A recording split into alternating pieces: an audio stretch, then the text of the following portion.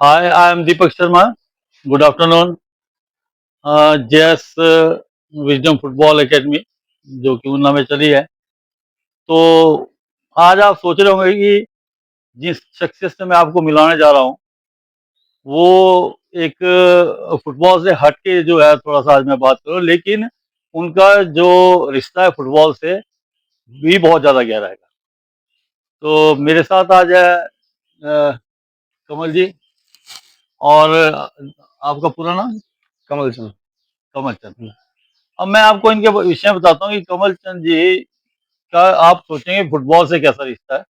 तो फुटबॉल से ऐसा रिश्ता है कि इनकी 2 बेटी हैं और दोनों मेरे पास फुटबॉल खेली है। तो सबसे बड़ा रिश्ता तो ये हो गया, लेकिन आज इनसे मैं थोड़ी-सी इस चीज़ से फुटबॉल से अलग हट के एक समाज के अंदर एक ऐसा काम कर रहे हैं जो कि बहुत कम लोग होते हैं, जो इस काम को चुनते हैं। तो भाटिया जी, स्वागत है आपका। धन्यवाद जी। आपने कब आपने जो है मतलब स्कूल शिक्षा आपकी कैसे रही है? मैं कौन से स्कूल में पढ़े हैं आप? मैं खड़ स्कूल में पढ़ा हूँ इधर। अच्छा। तो 95-96 में मैंने 10वीं करी। उसके बाद डीएवी सीनियर सेकेंडरी स्कूल जो ऊना में है, अच्छा। वहाँ मैंने मैंने +2 करी है। उसके बाद फिर हम थोड़ा घर में ऐसी कुछ परिस्थिति बनी जिसके कारण हमने थोड़ा एजुकेशन को अच्छा। छोड़ दिया। तो मैंने एक और चीज़ सुनी कि फुटबॉल का आपको बड़ा इंटरेस्ट है, हाँ जी, हाँ जी। कि अक्सर मैंने देखा कि जब भी हमारे मैच होते थे फुटबॉल देखने आप ज़रूर पहुँचते थे। हाँ जी, हाँ जी। तो अपना भी आप फुटबॉल खेले हैं? मैंने मैं तो नहीं खेला हूँ, लेकिन जब हम पढ़ते थे तो हम इंटरेस्ट बहुत ज़्यादा था, तो हमारे जो क्लास के जो बच्चे थे वो खेलते थे, तो कई बार हम मैच देखने जाते थे और इंटरेस्ट था। तो इंटरेस्ट। छोटे-छोटे होते तो यहाँ हमारे ग्राउंड में भी जब ये फुटबॉल टूर्नामेंट होता था, तो ऐसे खिलाड़ी आते थे उस समय, वो आजकल देखने को तो नहीं मिलते हैं, लेकिन बहुत ही इंटरेस्टेड मैच होते थे और ये जो टूर्नामेंट होता था इस करके हमें थोड़ा बहुत ज़्यादा लगाव रहा है टूर्नामेंट से।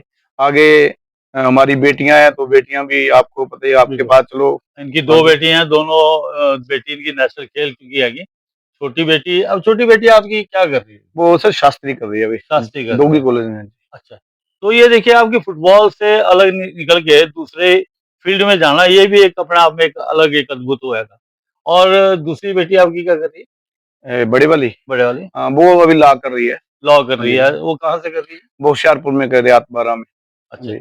इनकी बड़ी बेटी अदिति जो गोलकीपर की पोज़ीशन थी, मैंने आपको एक बार पहले वीडियो में उससे इंट्रोड्यूस कराया हैगा और वो भी नेशनल खेली, सीनियर नेशनल भी खेल चुकी है, गोलकीपर की पोज़ीशन में खेलती थी। बट ये जो जितना टाइम आपके बच्चों ने फुटबॉल खेला है, तो उस टाइम में आपको कैसा फ़ील होता था? अच्छा लगता था या क्या? देखिए सर, जिस जो कार्यकाल रहा बेटियों का, तो पहली बात तो ये है कि हमारे यहाँ पे कोई ऐसी व्यवस्था नहीं थी कि हमारी बेटियां कभी बाहर जाएं। लेकिन जैसे ही यहाँ एकेडमी बनी तो हमारी बेटियां वहां भी गई, जहां हमने कभी सोचा भी नहीं था कि वहां जा सकती हैं। तो बहुत अच्छा लगा जब भी यहाँ कोई बेटियों का फ्रेंडली मैच होता था या कोई लीग होती थी, तो बहुत ही अच्छा हमें लगता और हम जाते थे देखने। तो वो जो कार्यकाल है, वो हमारा बहुत, मेरे को तो बहुत बढ़िया लगा, क्योंकि हमारी बेटियां जो नेशनल भी चली गई हैं, वो खेलने भी है। तो मेरा कहने का भाव यही है कि हम वो सपने नहीं ले सकते जहां जहां हमारी बेटियां जाके आई हैं। तो ये तो फुटबॉल से एक मैं बताता हूँ कि एक अलग सोच थी कि कमल जी का एक और बहुत बड़ी बात थी कि फुटबॉल के साथ इतना लगाव था, क्योंकि वो दोनों लड़कियां मेरे पास ही फुटबॉल खेली है और अच्छा खेली है। लेकिन इनका लगाव इतना था कि कभी जैसे हमारा कोई कैंप लगता था और लड़कियां बाहर से आती थी, तो इनके अंदर सेवा भाव की भी बहुत होती, तो सारी लड़कियां इनके घर में ठहरती थी, तो एक परिवार की तरह जो है उस टाइम पे, तो वो एक सुनहरी मौका है ना जी। मौका था बिल्कुल जी। वो दिन बड़े वो एक मेरे को बात ज्यादा आई, तो जब वो लड़कियां थी उस समय शायद नवरात्रे चले हुए थे, नवरात्रे ना जी। तो यहाँ कंजके बिठानी थी हमने, तो कंजक पूजन करना था, तो मैं उस समय शायद उड़ीसा की लड़कियां आई थी। हाँ, उड़ीसा की। तो फिर मैंने सोचा कि चलो ये ऐसा महीना, तो एक महीना हमारे यहाँ रहे, तो हमने वो यही समझ के हमने कंजक पूजन किया। कंजक पूजन। तो मेरे मन में ये बहुत श्रद्धा आस्था रही है कि हमने चलो कंजक पूजन करना था। तो ये देखो, एक है तो अंजल की बात है, कहाँ से लड़कियां आई और हमारे पास यहाँ रही, और हमारे साथ भी उनका और उनका भी हमारे साथ बहुत लगाव हो गया था। और कमल जी, वो लड़कियां आज भी आपको याद करती हैं हाँ जी, कि ये तो है। जिस तरह से आपने उनके साथ एक प्रेम रखा।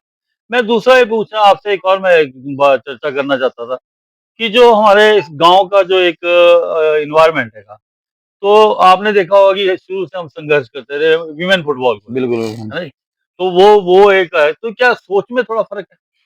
सोच में ऐसा है सर, अभी जैसे अभी बच्चे, आपको पता है कि जो हमारी युवा पीढ़ी है नहीं, वो शुरू से, चलो मैं तो ये चाहता हूँ कि हमारा गांव फिर अच्छा है कि शुरू से हमारे जैसे ग्राउंड में थोड़ा गेम चलती हैं।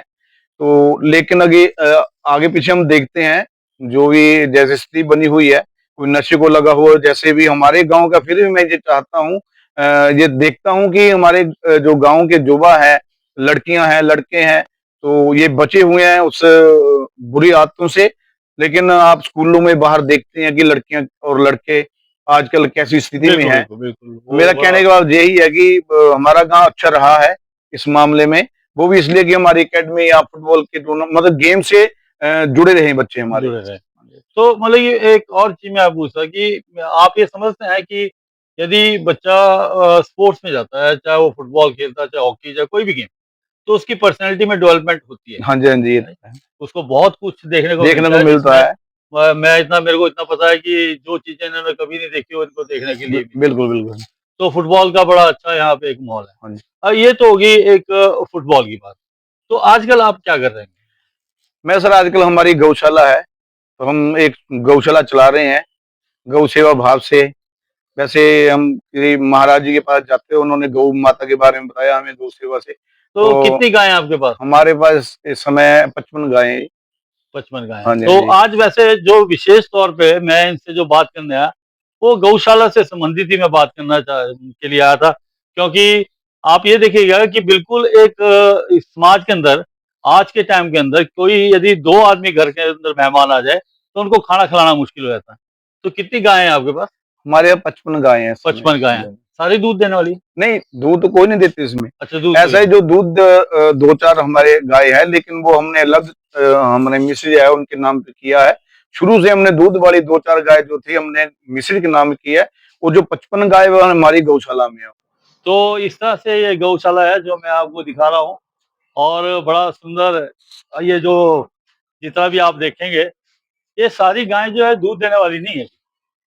और आप देखिए कि सुविधा के हिसाब से बड़ा अच्छा इंतजाम इन्होंने किया हैगा पूरा। ये सारी गायें इस गौशाला में रहती है, और सारी हमारी तरफ देख रही है। देखो आप कैसे क्यूरियस है। तो एक ये बहुत बड़ा पुण्य का काम है। इसका क्या नाम है? सुशीला। अच्छा, अच्छा। नाम रखे होंगे सबके। ये बड़ा बढ़िया हैगा। देखिए, सारे हमारी तरफ देखें। तो आप यदि इसमें दान करते हैं इनके लिए, तो ये बहुत अच्छी बात होगी, क्योंकि इंसान तो अपने बारे में बोल सकता है। जो पशु है वो कभी अपने बारे में नहीं बोल सकता। इनका दुख दर्द हमको ही समझना पड़ेगा, तभी जो ये समाज चलेगा। और बिना दूध के वो दुधारू नहीं है। तो वो बहुत सेवा भाव से ही वो बिल्कुल, गाय बिल्कुल। चल रही तो है। बहुत बड़ी बात है कि इनकम का कोई सोर्स नहीं है, लेकिन फिर भी इस काम में सेवा भाव से लगे हैं। तो ये खैर ईश्वर देखता है कि जो आप काम कर रहे हैं उसका फल ज़रूर अवश्य मिलता है। तो कितने बजे सुबह उठ जाते हैं आप? सुबह 3:30-4 बजे तो उठना साढ़े, पड़ता है और सर। रात को सोने का टाइम कोई रात टाइम को नहीं? 11 बज जाते हैं, कभी 12 बज जाते हैं। अच्छा। कई बार फ्री हो तो 10 तो भी। ऑलमोस्ट आपका परिवार सारा जुड़ा रहता है गौशाला के साथ, या आप ज़्यादा हाँ जी, हाँ इन्वॉल्व? जी, बिल्कुल। सारा परिवार? सारा परिवार जुड़ा रहता है। हमारी विशेष तौर पे जैसे हमारी घरवाली है, तो वो मेरी मतलब इस गौशाला के जो सेवा में पूरा हाथ बटाती है। तो दूसरा मैं क्योंकि मैंने खुद अपने आप ये थोड़ा-सा इसमें मेरा एक्सपीरियंस काफ़ी है। तो जैसे आप इस गौशाला के उसमें सेवा भाव से जुड़े हैं, तो आपको कभी ऐसा लगा कि पूरा परिवार आपका जो एक साथ कहीं पे गया हो? नहीं जा सकता। नहीं, ऐसे नहीं है। किसी न किसी को घर अगर में जाना पड़े भी तो शाम को आना पड़ता है हमें। जाम को आना पड़ेगा। हाँ जी, हाँ जी। क्योंकि ये बहुत बड़ी बात है कि दोनों टाइम उनको खाना, तो ये जो इनके खाने के लिए जो व्यवस्था है कि हाँ जी, हाँ जैसे जी। भूस है, फीड है, तो वो उसका खर्चा कैसे निकलता है? सर, उसका ऐसे, एक तो सरकार हमें 700 रुपए के हिसाब से वो पर गाय का देती है। अच्छा, लेकिन अभी जो मौजूदा सरकार है, उन्होंने 1200 रुपया किया है। तो उसके ये है कि जो हमारा सूखा चारा है वो आ जाता है। उसके अलावा हमारे यहाँ गौशाला में भी बहुत ऐसे गौ सेवक हैं जो आ जाते हैं, थोड़े सेवा भाव से करते हैं। और हम थोड़ी कलेक्शन भी करते हैं। कलेक्शन से चलो ये है, जैसे हरे चारे का भी, सूखा चारे के साथ ही तो काम नहीं चलना, उसमें भी हरा चारा भी डालना है। तो थोड़ी बहुत जो कलेक्शन है वो हम कर लेते हैं, जिससे तो मतलब गौशाला जितना का। आपके पास कोई यदि दान देता है तो उस दान से आपका सही से सुचारू रूप से चल जाता है या उसमें कमी रहती है? देखो सर, है तो बहुत बड़ा मुश्किल है। बहुत मुश्किल है। बिल्कुल, यहाँ एक-एक गाय भी जिसने रखी हुई है उसका भी बड़ा बुरा हाल है। बिल्कुल। अभी हाल टाइम में जैसे जो मैं आगे के लिए सोच रहा हूँ, जैसे आपको पता पंजाब में बहुत ज़्यादा बाढ़ आई है, तो जितनी हमारी ये सूखी तूड़ी, सूखा चारा आता है तो ये पंजाब से आती है। तो हो सकता है कि आने वाले समय में तूड़ी या तो महँगी हो जाएगी, पहली बात तो मिलेगी नहीं। मिलेगी। अगर मिल भी जाए कहीं तो महँगी बड़ी हो जाएगी और हमें इसी बात की चिंता है कि जो आने वाला समय वो कैसा निकलेगा। तो मैं तो चलो भगवान ही करेगा, हाँ, बिल्कुल, भगवान ही बिल्कुल। चला ये रहे हैं तो ये, वही हम जिसे कौन होते जन्म चलाने दिया है वाले? हाँ वो जी। ही सब कुछ। लेकिन एक और चीज़ मैं आपसे वो एक जो बड़ा मेन जो इश्यू आज के टाइम के अंदर मतलब कि मैंने देखा कमल जी कि लोग गाय पालते हैं। हाँ जी, पालने के बाद उसको जब तक वो दूध देगी तब तक अपने पास रखेंगे और उसके बाद उसको बाज़ार में छोड़ देंगे। छोड़ देंगे, हाँ जी, तो ये बेसहारा कर देंगे। मतलब ये बड़ी वो अजीब-सी बात है कि आपने और मैंने तो ये देखा है कि इस तरह से यदि समाज करेगा तो कैसे हम गाय को बचा पाएँ? ये तो बात सही है सर, हमने जब हम छोटे थे तो हमने एक ऐसे हमें आता था कि गाय हमारी माता है, बिल्कुल, लेकिन कहीं न कहीं हमारा जो एजुकेशन विभाग है, अगर ये बात वहाँ लिखी होती गाय हमारी माता है, राष्ट्रीय माता है, लेकिन वहाँ हमने शुरू से पढ़ा है कि गाय एक पालतू पशु है। पशु। अगर जब हमने ये बात पढ़ी तो अगर शुरू से एजुकेशन विभाग ने ये लिखा होता कि राष्ट्र गौ माता है, माता का दर्जा दिया गया है, हो सकता है जो बेसहारा लोग गौवंश को कर रहे हैं, उनके मन में थोड़ा बहुत भाव आता। लेकिन आजकल ये तो बात सच्ची है कि लोग दूध पीकर छोड़ देते हैं और जितना भी कार्यकाल हमने गौशाला में लगाया है, तो उसमें हमने देखा है कि बहुत ज़्यादा गौवंश जो है बेसहारा कर दिया गया है। बैल है, बच्चे हैं, छोटे अगर बैल है तो अभी थोड़े दिन की अभी किसी ने एक पोस्ट पाई थी, 20 दिन के बच्चे क्या होते हैं जी? जी, वो दोनों बछड़े थे, वो दोनों को जंगल में छोड़ दिया। तो गौ माता अगर सुरक्षित है, तो हमारा समाज सुरक्षित है, हम सुरक्षित हैं। ये क्यों आ रही है, बाढ़ें के क्यों आ रही हैं, कोरोना क्यों आ रहा है, ये बीमारी तभी सब अगर सब हमारी बिल्कुल। गाय माता दुखी है, तो हम कैसे सुखी रह सकते हैं? तो तो हमें सभी को ये समझना चाहिए कि गौवंश है, मतलब गौ कि माता हमारी जी। एक नैतिक ज़िम्मेवारी यदि हर इंसान समझने लग जाए, तो ये जो एक बीच में कुरीति आ गई ये खत्म हो सकती है। लेकिन बाकी मैं एक और चीज़ देख रहा था कि जैसे गाय के लिए हम बोलते हैं कि गाय है, तो मतलब कि इतना इंसान लालची हो गया कि जैसे घर में बछड़ा होता है, तो ज़्यादा से ज़्यादा 15-20 दिन भी ज़्यादा से ज़्यादा 1 महीना वो अपने पास रखे, उसके बाद उसको छोड़ दे। छोड़ देते हैं, हाँ जी।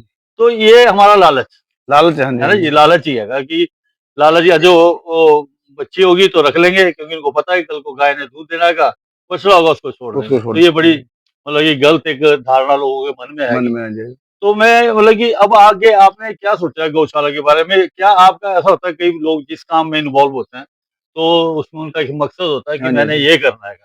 देखिए, हम तो जितनी गौशालाएँ हैं हमारी, हमें सभी जैसे हमारी मीटिंग होती है, हम यही बात रखते हैं। मैं तो ये चाहता हूँ कि सरकार हमें थोड़ा और ज़्यादा ही ऐसी व्यवस्था बनाए कि एक बहुत ज़्यादा गौशाला हो और जितने भी यहाँ इधर-उधर बेसहारा गौवंश जो घूम रहा है, तो मैं सभी को आश्रय दूँ।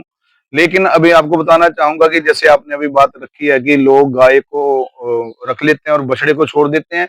हमारी गौशाला में इस समय 20 के करीब बछड़े हैं, बच्चे जो हमारी गौशाला के ही है। बिल्कुल, बिल्कुल। गाय तो दूर की बात है, मेरा बछड़ों को देने को भी मन नहीं करता नहीं जी। करता, बिल्कुल, बिल्कुल। ये एक हमारा भाव है, ये कुछ अंदर से परंपरा है ना प्रेम। हाँ जी, हाँ जी। देखो आप यदि घर में किसी के पास लड़का हुआ, तो उसको तो उसके लिए तो आप देखो कि मिठाई भी इतनी बँटेगी बाँट दें, पूछो हाँ मत। जी, हाँ जी। और जो घर में कहीं बछड़ा हो गया, तो ऐसे हो जाएँगे जैसे पता नहीं क्या हो गया। हाँ ये जी, हाँ। एक न मतलब कि धारणा जनरल ऐसी है, हाँ सोच जी, है। हाँ जी।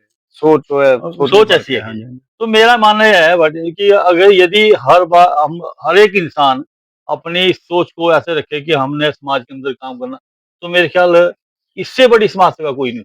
हाँ जी, ये तो है। क्योंकि अगर देखो सभी पॉज़िटिव हो जाएँ, हाँ, बिल्कुल। ये हो जाएगी, बस ये पता होना चाहिए सभी बच्चों को भी, बड़ों को भी जो है गाय जो है हमारी माता है। तो कई बीच में बहुत पोस्टें भी डालते हैं गौ माता के प्रति, बिल्कुल। तो उनको भी जवाब हमने देना, अगर हम तभी दे सकेंगे अगर हमें गौ माता से प्रेम हो, गौ माता के बारे में हम कुछ जानते हों। तो आपका जो जितने ये वीडियो देखने वाले हैं उनके लिए कोई संदेश मैं तो उनको फिलहाल यही, जैसे हम अभी कार्य कर रहे हैं गौ माता का, तो मैं सभी को यही संदेश देना चाहता हूँ कि ऐसे गौवंश को जैसे जिन्होंने घरों में रखी हैं, मैं तो ये चाहता हूँ कि जैसे हर घर में गाय गाय होनी चाहिए। जैसे अभी एक आपको बात बताता हूँ कि जैसे कृष्ण भगवान का एक बार इलेक्शन हुआ ना मथुरा का, गोकुल का, तो वहाँ एक शर्त रखी गई जिसके पास सबसे ज्यादा गाय है उसको गाँव का प्रधान बना दिया जाए। जी, तो मैं वही बात को मद्देनजर रखते हुए ये मैं चाहता हूँ कि हर घर में गाय हो और गाय के बारे में सभी को पता हो, ताकि कोई भी गौवंश बेसहारा ना हो, यही मेरा संदेश रहेगा। संदेश रहेगा। थैंक यू वेरी मच कमल जी, आपने अपना कीमती समय दिया हैगा और इस तरह से एक ये बातचीत इनके साथ हमारी हुई है। तो आप ये देखिए कि यदि आप समाज में रहते हैं और आप कुछ जीवन में करना चाहते हैं कोई सेवा भाव से, तो इससे बड़ी सेवा कोई है जो गाय की सेवा है, उससे अच्छी सेवा कोई नहीं।